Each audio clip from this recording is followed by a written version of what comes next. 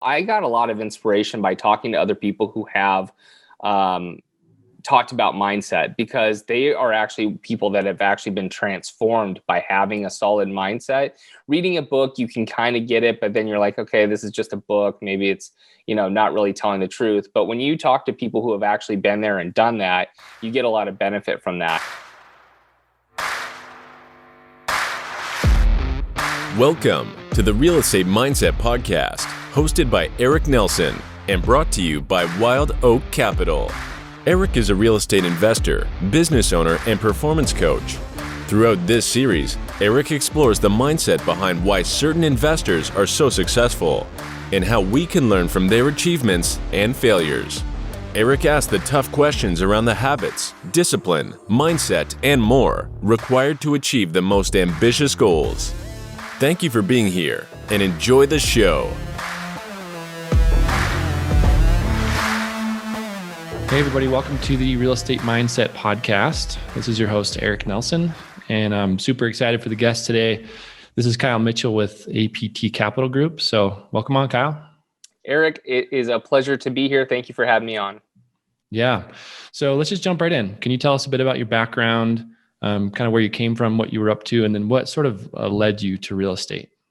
Yeah, my background is actually in the golf business, believe it or not. I grew up playing golf, started when I was 13, got hooked on it, and gradually got a part-time job during the summer. And then from there, I got a full-time job and then kind of kept getting promoted. I never thought I would be in the golf business for a long time, but it's one of those things where I stopped going to school for a little bit to play professionally. I got a promotion, then got another promotion, then another promotion. By the time I look back, it was kind of, 13, 15 years later. And I didn't really get an opportunity to really think about what I wanted to do long term. So the golf business was great for me. I loved it. But at a certain point, golf was shrinking and I wanted to be growing. And also I was a little burnt out with the property that I was working at. So probably around 2015, I was looking for another career opportunity and had a really tough time figuring out what I wanted to do. It actually took me 2 years to find multifamily, which is what I'm in now. But in 2010, I started investing in single family homes, a little bit of real estate here or there. Quickly learned you can't scale with single family homes, so I stopped on that as well. But in 2017, my girlfriend at the time, my wife now, was like, well, you invest in real estate already, maybe that should be something that you do. And I had my real estate license too. So I started Googling some things online and very quickly I found multifamily, took a course, fell in love with it. 11 months later, I left my job to pursue this full time. And so now we're multifamily syndicators. We focus on B and C class value add in the Arizona market. So we've got 4 properties in Arizona and that's what we do full time now. Awesome. So let's dive into leaving your job. So lots of people have a similar path. I mean, same for me. Says I bought some single family homes, bought one sixplex, and now I'm very focused on multifamily for that reason. It's hard to scale, right? You run out of money or you run out of resources, whatever it might be. And I think lots of people have that desire to leave their job to pursue it. But it does take some time, and sometimes that leap can be challenging. So can you dive into that a little bit? What was that like leaving? Was it scary? Would you take it back or change anything? It was definitely scary. And it's one of those things you just have to get over and kind of do. I am the type of person that once I go and make a decision, I'm all in on it. So that definitely helped. But like I said, I wanted to leave my full-time position in 2015. I didn't actually leave it until 2017. So during that time, I saved up more money. I, built up a nest egg to be comfortable for a couple of years to make sure that I wouldn't be put in a position where I would have to go back and find another job in 6 months. But the biggest thing that helped me was the mindset piece was Tim Ferriss's fear setting exercise. If you've ever heard of that, it's in his 4-Hour Workweek book and it's fantastic. And essentially it takes you through an exercise that says, what's the worst that can happen if you do this? And then what's the worst that can happen if that happens? And so I did that exercise and I came to the conclusion that the absolute worst that can happen is I would have to go get another job, which I was already in. So it was very easy to get over it at that point. I said, okay, I'm going to do it.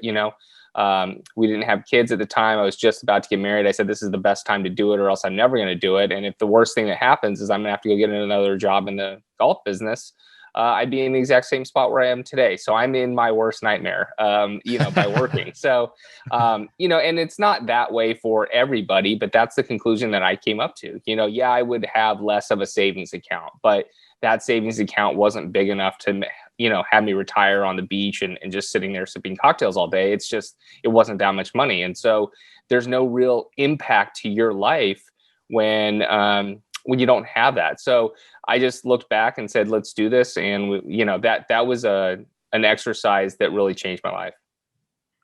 No, so I listened to that book maybe a year ago or so, and something similar happened with me. It was like, well, what is the worst scenario? So that's really cool. Thanks for sharing. So if you had to do it all over again, though, do you think you would have left earlier? Do you think, it was a good timing? I mean, if you had to change something going back and leaving that job, is there anything that you can give the listeners? I definitely would have left earlier. I wish I would have found the fear setting exercise earlier. Although I was still learning at my current position and did learn so much that I now apply to my business now in my company. But yeah, if I would have left 2 years earlier, I'd be in a better position for sure. I'd have felt more comfortable quicker. But things happen for a reason, and you can't look back and say, you wish you did this, you wish you did that. You need to focus on kind of your current and future goals. And that's what we're doing. So, but if I had to pick one thing, it would be that I would have started sooner. Awesome. So you guys just moved to Phoenix area, right? And you were living in LA? Correct. So I am, depending on when this goes out, I'm moving in like 2 weeks. So by the time this airs, it probably will be we'll be just moving to Scottsdale, Arizona, and that's where we do business. And that's one of the main reasons why we're moving out there. It's also cheaper, but if we weren't doing business out in Arizona, we definitely wouldn't be making that move. But it's this business is all about building relationships and long-term relationships, and really understanding your market. And so those are the things that I'm going to be able to do much better when I live there 24/7 versus visiting every other week for, 24 to 48 hours. Yeah. So let's kind of jump into that a little bit. So, you and I have talked before, we know each other a little bit. And I remember you telling me that you did that. You basically, you and Gary basically jumped in the car and drove there every other week. Is that, is that how you guys became partners? Was the first question. And second of all, would you recommend multifamily people to travel to the market that often? So Gary and I met through a meetup that is local to Southern California that we had both been attending for probably a year. So we knew each other, but we didn't know each other very well. And he knew I was going out there every other week or once a month. At the beginning, it was once a month because I still had my full-time job. But once I left, it was every other week. He asked if he can join me on one of those trips. And so we drove out there, and, you're spending 16, 18 hours in the car with someone. You get to know them pretty quickly. And so we would leave at 4 a.m, get to Phoenix around 9, and then not get back till 9 or 10 at night the following day, or that day, because we were touring properties all day. So we did that a few times. We clicked, really saw eye to eye with one another, really worked well. We still did our first 2 deals under our separate umbrellas until we formed our APT Capital Group company, where, eventually we wanted to scale. And in order to scale, we needed to combine companies. But the first 2 were just to make sure that we could work well together. And then as far as considering traveling to your market, there's a reason why I'm moving to my market, because I want to know it better and I want to build better relationships, right? And so the more you're in your market, the better you're going to be able to do that. So, I don't know if there's a rule of thumb where every 2 weeks is the right number or once a month, but you definitely need to be in your market or have someone that lives there as boots on the ground. If you live in California and you're investing in Florida, but you have your partner who lives in Florida, that's a different situation than Gary and I are in right now, where we both live in Southern California, which is why we travel to Arizona a lot. But we're also a group that is going to really know and love our market and understand it and understand all the fundamentals. And so the only way to do that is really not by reading market reports. It's by going out, building relationships, watching the city gentrify in front of your face, and grow and know where to invest, how to invest, when to pivot. And so living there, or visiting it often is going to be much more beneficial than sitting behind a phone and reading market reports and talking to brokers. Yeah, I completely agree. It's amazing, the relationship piece of it. And talked about this on another episode, was like the intangibles, right? Things you can't really see in a report or an OM or something that says, okay, well, this is a great neighborhood, or the broker says that, and I gave this example. I was in Tulsa, and it's seemingly a good neighborhood, this deal we were looking at, but we got there and it was the small pocket. And we later learned from other property managers, that pocket's super tough. But if you never traveled there, if you never went there, on paper, that deal would look great. So to have like the local knowledge, it's going to be so awesome for you guys. So congrats on the move. Thank you. Yeah, I mean, I've got a great example. There was a 2008 built building in Phoenix, and 2008, very, sought after product.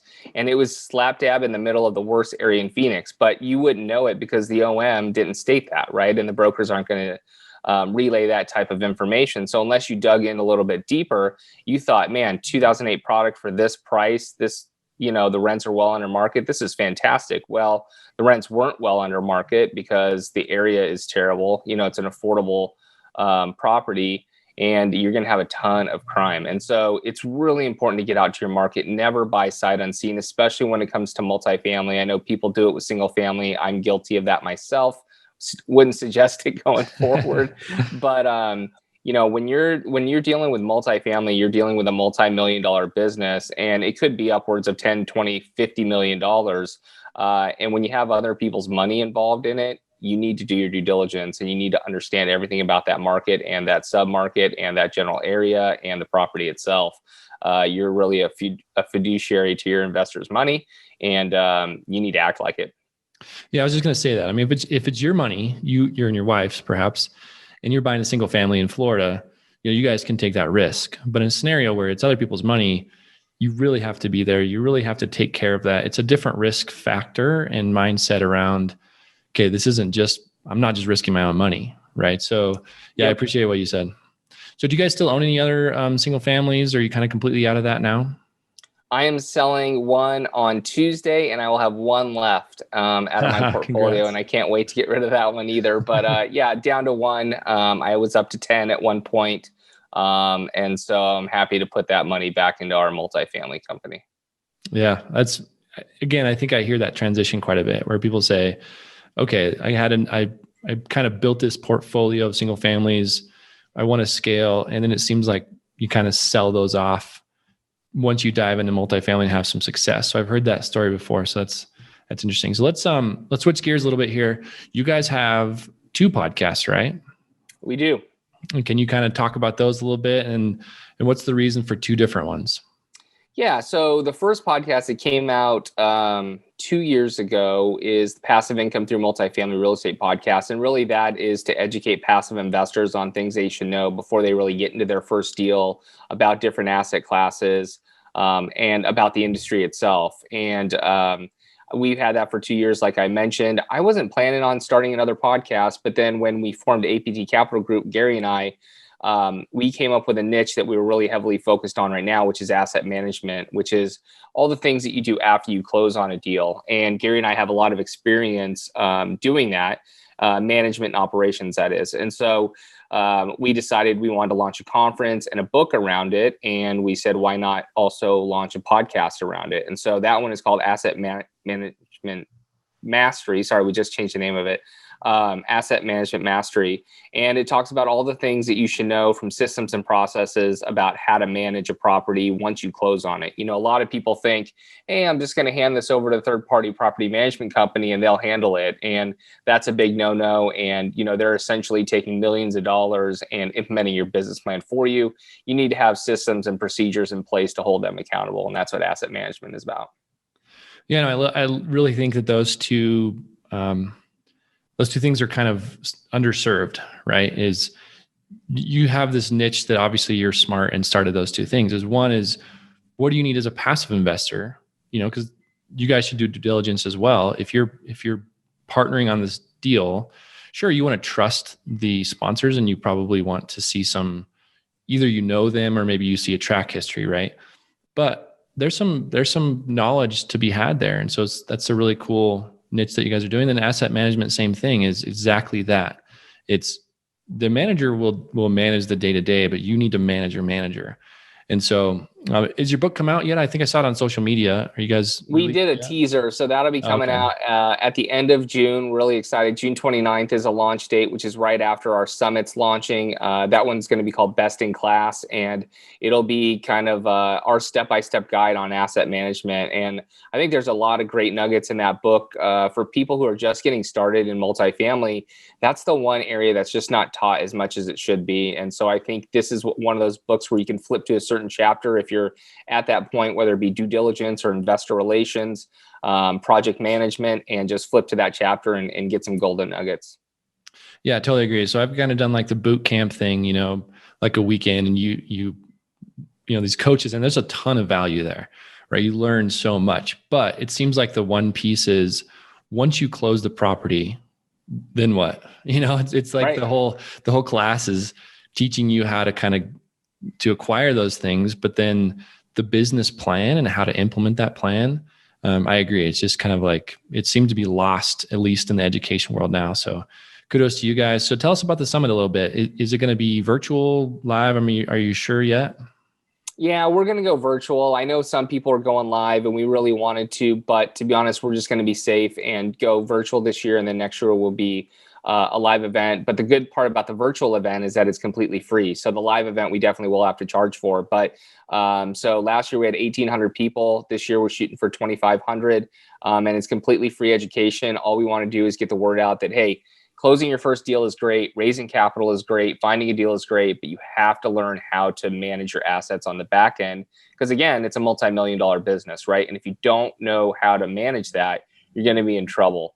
And so especially now, I mean, the last 10 years, you could have gotten away with it because the market was rising. But now we're kind of in a little bit of a bumpy time, and you really need to operate your properties well, and the best operators are going to separate themselves. So we're all about teaching those types of things when it comes to leasing or due diligence or investor relations. Like I mentioned, a lot of great speakers, and I encourage everyone to attend because it is free, and they could sign up at amsummit2021.com. Awesome. That's really cool. You guys are doing it for free. And I did look at the speaker list, and it looks like you have some unreal people. I mean, really knowledgeable, really sought after speakers. So cool that you can offer that for free. I'll put it on my calendar. So you'll have one person at least. No, I'm sure it'll be a great showing. So that's really cool. So let's talk about raising capital. You touched on that a little bit. That's something I think some people, are challenged with, or maybe if they start this business, they say, hey, I don't want to ask people for money is what you hear, right? So can you speak to the mindset around raising capital and why asking people for money is kind of a myth? Yep. It is a total mindset shift for sure. And there's two ways I think about it. Number one, you shouldn't be asking for money. You're not a salesperson trying to sell a car. You're trying to offer them an opportunity. And honestly, if it really is a good opportunity and you're putting your money where your mouth is, and you've done your due diligence, then it should be a great return for this person. So there's no reason you should be asking for money. You should be offering something and offering value and great returns and a great deal.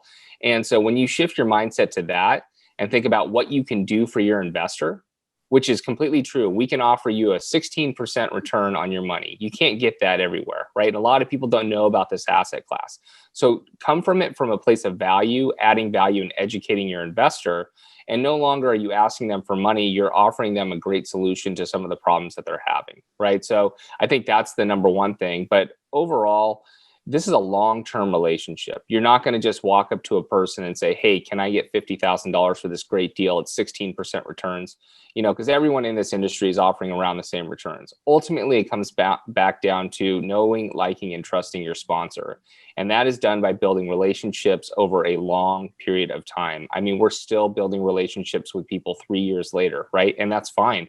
And if they don't invest, no big deal, because we're adding value to them. We're educating them along the process. And ultimately, what we want for our investors, or even people that don't invest with us, is for them to get educated in this space, for this space to become more of a mainstream type of investment, because we really believe in it, and watch people's wealth grow because of it. I mean, that is the ultimate goal. So if you take your mindset out of you, and put it back onto how can you help other people? They say this all the time, the more people you help, the more you get back in spades, and it's completely true. You've got to shift your mindset there. Help other people, add value to other people, and it will become much easier. Yeah, that's awesome. Great answer all around. So we'll kind of shift into there's 6 questions that I'll ask every guest. Dive in as deep as you want, or just, they can be quick, whatever you prefer. So Okay. the first one is, do you have a morning routine? My morning routine has changed quite a bit over the last 12 months with COVID. It's definitely changed. I used to be a miracle morning person where I did all 6 savers. I won't go to each and every one of them, but essentially now, yes, every morning what I do is I write down an affirmation that I've been writing down for over a year now, and I just continue to write it down. It just basically pushes me to remind me that, I want to achieve certain goals. And then every morning I read my current year goals, so 2021 goals for the year that I set out. And then I also have a 5-year goal plan with my wife that I read every day too. And so that really helps me get my mindset right in the beginning of the morning to, help me push through the day. And then I also work out in the morning as well. So those are the major things that I do every morning. Awesome. Okay. What books are you reading now, or what books do you recommend? I'm not currently reading a book, but the book that I really recommend right now, just because if you're just getting started, you're just trying to figure this stuff out. Everyone says Rich Dad, Poor Dad, which is a fantastic book, but Robert Kiyosaki's Cash Flow Quadrant was the one that changed my life, because you really understand where you should be in your career. You want to be on the right side of the quadrant, a business owner or an investor, to get the best tax benefits and best benefits overall, versus being self-employed or a W-2 employee. And so I love that book. I always talk about that one. Another great book was Shoe Dog by Phil Knight that I read. More of an autobiography, but really amazing book. And you get to see why he was so successful, because he pushed through a lot of perseverance, and he was just consistent with what he did. And so I just thought that book was phenomenal. Yeah, you said a handful of things in there that I really love. So, Robert Kiyosaki, he's helped so many people. You're right. Rich Dad, Poor Dad's kind of the classic, but I completely agree. And in kind of part of this mindset thing is Cash Flow Quadrant talks to that. It's, kind of change your mind is you don't have to punch the clock. And you can actually, achieve the things that you want to achieve. And then also exactly what you said is get all the benefits from those. So awesome recommendations. I wrote those down. So every time I do this, I have like my reading list is growing. So this is awesome. Okay. The next one is, I've actually decided to change this question, because it used to be, what's the biggest mistake? But I think it's more, what's the biggest, learning opportunity that you had, if something you would have done differently looking back that could help our listeners moving forward. Yeah, I'm not going to go to the cliche starting earlier. When I started investing in single family homes, one of the things that the reason why I started investing out of state was because I had a bad experience in California with it being a landlord or a tenant friendly state. And so I said, I'm never again going to invest in a tenant friendly state. And so my first investment was in Arkansas, one of the most landlord friendly states around. Then I did Ohio, also pretty landlord friendly in the city that I was investing in. But then I kind of got dollar signs in my eyes when I saw Chicago. Chicago's cash flow was 2-3 times more than I was making at my other properties in my single family homes. And I forgot my number one rule. And so I bought houses there, and the landlord tenant laws there are awful, and it takes a long time to get out. I also invested in C- product. And so, I followed the cash flow, which is important to have cash flow. But the reason why the cash flow is so high there versus other places is, taxes are super high in Chicago. It's not landlord friendly. So there's a bunch of different things in there, but essentially I broke my number one rule to myself, which is don't invest in tenant friendly states, only invest in landlord friendly states. No, I love that. Okay. Next one would be, what mindset tips can you give someone starting out to propel their goals? I know we've talked about this leading up to now, but if someone's getting started, is there kind of a couple tips that you can give to shift that mindset of it's impossible, or I can't, or I don't know anything about this? Yeah, I used to be that person, and I would just tell them to read books and talk to other people. I got a lot of inspiration by talking to other people who have talked about mindset, because they are actually people that have actually been transformed by having a solid mindset.